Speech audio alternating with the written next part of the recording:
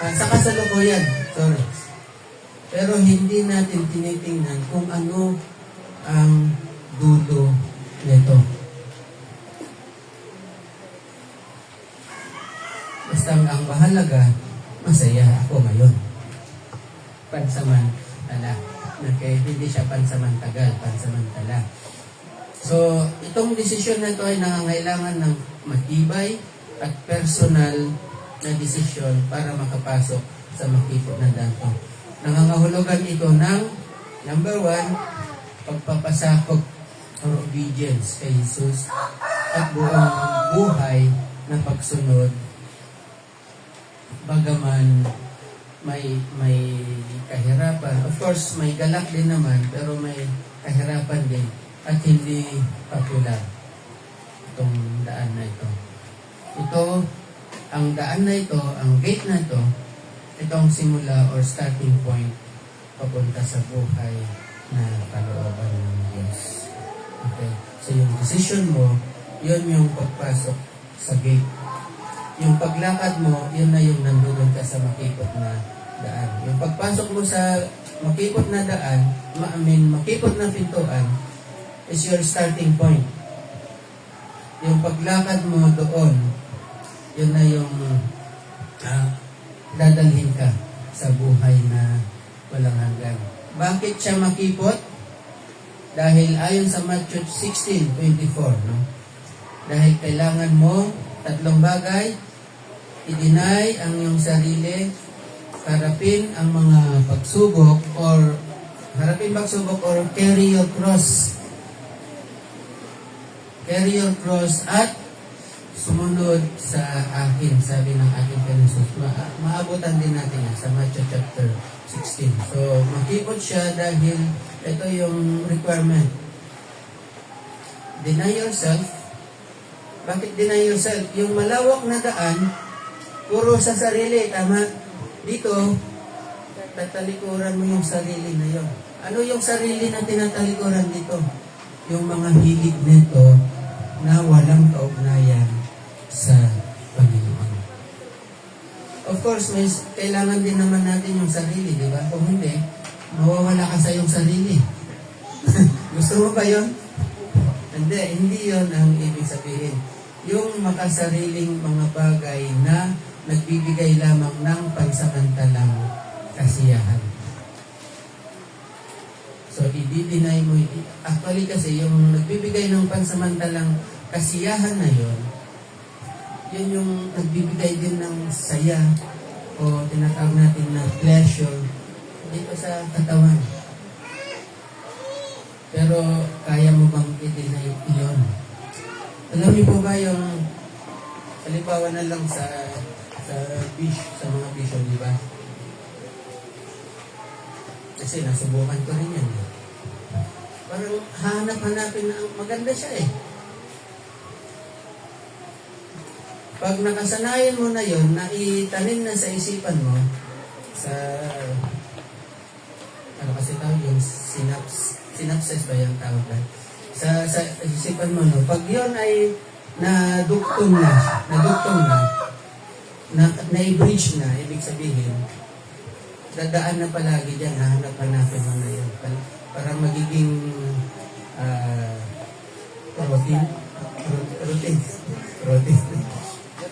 routine, magiging routine mo na siya. At kung in-stop mo siya, babalik yan, magkakaroon ng mag-re-relapse, parang ganun, something like that. Tama ba yung term ko? Babalik yan, kaya magiging slave ka dyan. Akala natin sa maluwang na daan, malaya tayong ginagawa ang ating ginagawa. Hindi po. Hindi ka malaya kasi subukan mong itigil yan. Subukan mong pigilan. Wala kang magawa kundi sundin ang kanyang sinasabi. Wala kang magagawa kundi gawin ang dinidikta nito. So, sa tingin mo, malaya ka ba o addicted ka na? Kasi hindi mo kayang pigilan. Hindi mo kayang pigilan. Okay? Hindi ito, so ito ang sinasabi ng Panginoon na Matthew 16:24. Sinabi ni Jesus sa kanyang mga alagad. Ito yung mga dapat taglay-taglay natin doon sa makipot na daan. So makipot at makitid na daan, i-deny mo ang iyong sarili, buhatin mo ang iyong sariling cross, pasanin ang sariling cross at sumunod sa Kanya. Ang makipot na daan ay hindi rin ito lugar para sa mga lubusang pagnanasa sa mga makamundong bagay. Katulad sa tinignan na natin sa Matthew chapter 6, verse 19 to 20. Sabi diyan, huwag kayong mag-impok. Or, huwag yung mag-impok kasi yung pagtutuunan mo ng pansin. Okay? Ang kayamanan dito sa lupa, dito ay may naninirang insekto, kalawang, at may mga nakapasok na magnanakaw. So, ang sabi ng Panginoon Jesus, sa halip, ito yon, mag-impok kayo ng mga kayamanan sa langit. Ibig sabihin yung pangwalang hanggan. Huwag yung pansamantala, kundi yung pangwalang hanggan. And then, hindi rin ito, yung makipot na daan, hindi ito yung mga lugar, kung hindi ka marunong magpatawad, hindi ito yung lugar mo. Kasi ang makipot na daan, ay daan kung saan dapat marunong kang magpatawad. Matthew chapter 6, diba?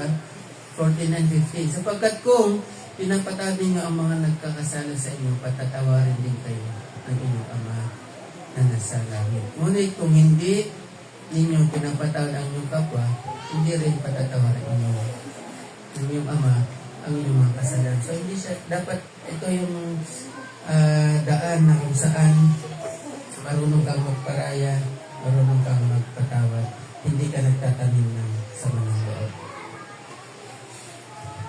Hindi rin ito yung daan, ang makipot na daan, hindi ito para sa mga self-righteous or para sa mga mapagkunwari.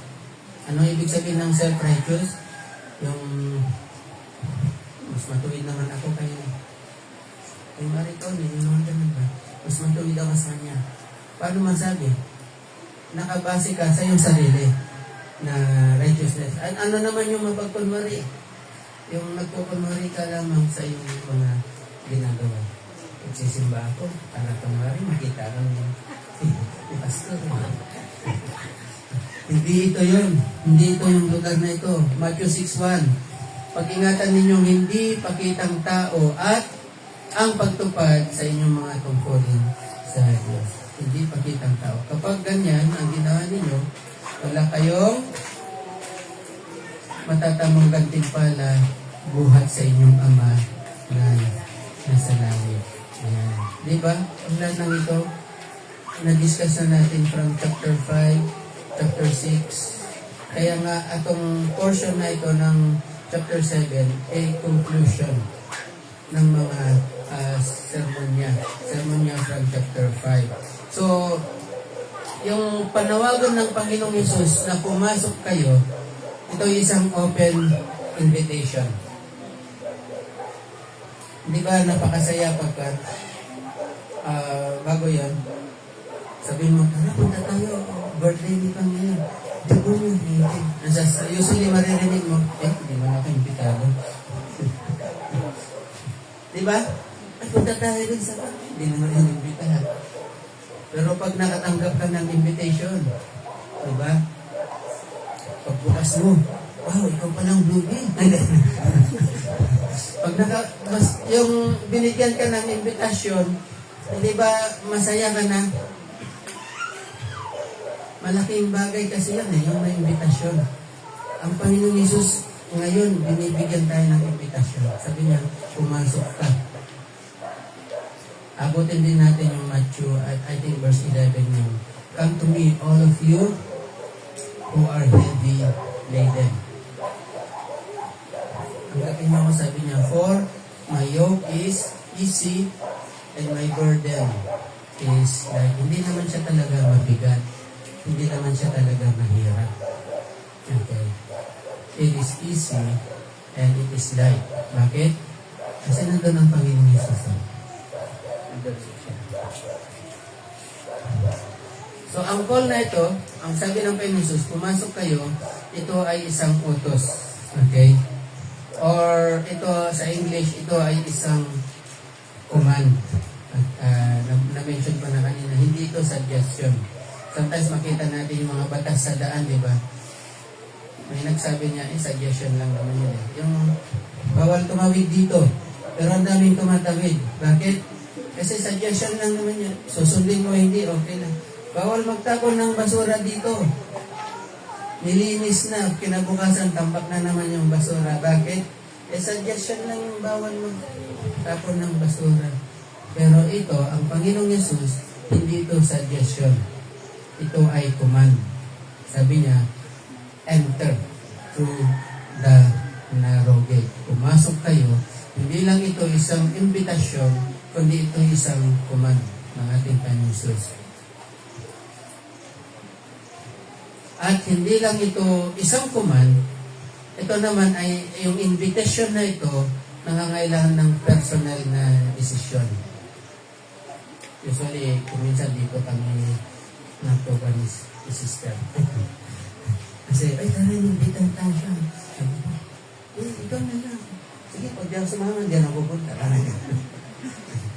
Meron akong ganun na kailan may kasama ko eh. Hindi naman masama hiyain. Pero, di ba maganda pag may kasama ka? Pero dito, hindi. Personal mong desisyon. Hindi pwedeng sabihin na, ay, tara, love, kailangan sumama ka sa desisyon. Hindi, paano kung hindi siya? Ayun na. So, damay ka. Dami tayo. So, ito ay personal na desisyon. Itong invitation ng Panginoon Jesus to come, to enter. Ito ay desisyon mo na pumasok doon sa narrow gate. Hindi ito nakabase sa ibang tao. Kung ano ang sasabihin ng ibang tao sa iyo, hindi rin ito collective. Ano ibig sabihin ng collective? Meaning hindi dahil sa yung pamilya mo ay bahagi dito, yung pamilya mo ay born again, hindi dapat born again ka din. Parang gano'n. Yung pamilya mo ay ligtas, ang tatay mo ay ligtas. Hindi. Ito ay personal mong desisyon.